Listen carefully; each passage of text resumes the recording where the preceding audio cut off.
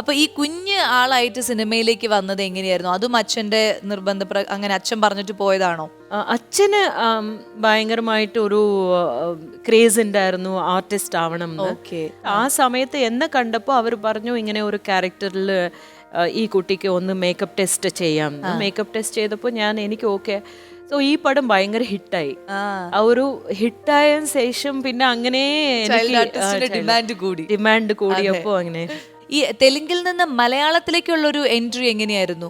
ആദ്യത്തെ മലയാള സിനിമ ധീര എന്ന് പറഞ്ഞ ഒരു പടത്തില് ഒരേ ഒരു സോങ്ങും ഒരു സീനും ചെയ്തിട്ടുണ്ട്. അത് I was around 12 or 13 years old. വിദ്യാമ്മയുടെ ചെറുപ്പമാണ് ധീര.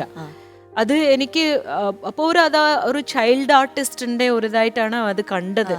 മലയാള സിനിമ എന്നല്ല അച്ഛന് അപ്പോൾ മനസ്സിലായത്. ജോഷി സാറിന്റെ ഡയറക്ഷനിലായിരുന്നു. അത് കഴിഞ്ഞിട്ട് ആദ്യമായിട്ട് ഞാൻ നായികയായിട്ട് അഭിനയിച്ചത് മലയാള സിനിമയിൽ കക്കയിലാണ്.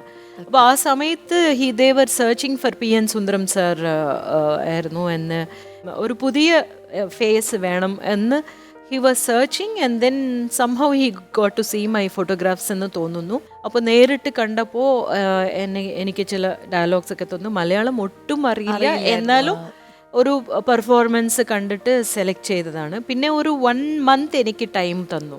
ആ 1 month മലയാളം എഴുതാനും പഠിക്കാനും പഠിച്ചു. 1 month തന്നെ പഠിച്ചു. അതെ. അതെ, അങ്ങനെ മലയാള സിനിമയിലേക്ക് വന്നു.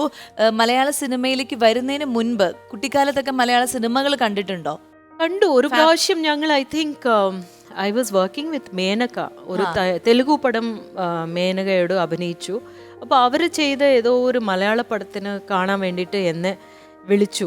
പ്രിവ്യൂവിന് പോയപ്പോൾ എനിക്ക് ഒന്നും മനസ്സിലായില്ല, ഞാൻ ഉറങ്ങിപ്പോയി. മലയാള സിനിമ ആദ്യമായിട്ട് കാണുമ്പോൾ ഞാൻ ഉറങ്ങിപ്പോയി. ആൻഡ് അതൊരു അപ്പോൾ എനിക്ക് തോന്നി ഇത്തിരി സ്ലോ ആയിരുന്നു. നോട്ട് ലൈക്ക് കമ്പാരിറ്റീവ്ലി നമ്മൾ അവിടെ നോക്കുമ്പോൾ ഒരു പാട്ടും ബഹളവും ഒക്കെ ആയിരുന്നു തെലുഗു സിനിമ. ഫൈറ്റ് സീൻസും പാട്ടുകളും കൂടുതലായിരുന്നു തെലുഗുലൊക്കെ. അതെ, ഇവിടെ അതൊന്നും ഇല്ലാതെ എനിക്കത് ഒന്നും മനസ്സിലായില്ല. ഈ പാട്ടുകളുടെ കാര്യം പറഞ്ഞപ്പോ ചേച്ചി പാട്ട് പാടുവോ? ഇല്ല, സോറി. അതെന്താ? അത് മാത്രം എനിക്ക് പിടികിട്ടുന്നില്ല. അത് മാത്രം ചേച്ചിക്ക് പറ്റുന്നില്ല എന്നുള്ളൊരു വിഷമം ഉണ്ടല്ലോ.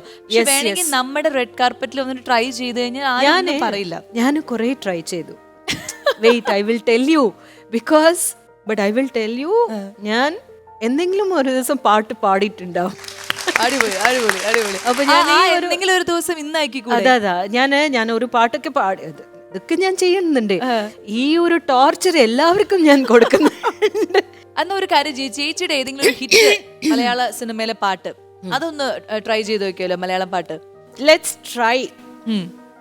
എല്ലാവരും എന്നോട് ക്ഷമിക്കുക, എന്താണെന്ന് വെച്ചാൽ എനിക്ക് പാടാൻ അറിയില്ല. പക്ഷേ എനിക്ക് വളരെ വളരെ അധികം ഇഷ്ടമുള്ള നിറയെ പാട്ടുണ്ട്. ലൈക്ക് ശ്രീകുമാർ തമ്പി സാറൊക്കെ എഴുതിയിട്ടുള്ള ലവ്ലി ചുംബനപ്പൂ കൊണ്ട് മൂടിയൊക്കെ ഉണ്ട്. പക്ഷേ ഇതൊരു പെപ്പി സോങ് ആണ്. It actually made me very dear to film Malayali പ്രേക്ഷകർക്ക്.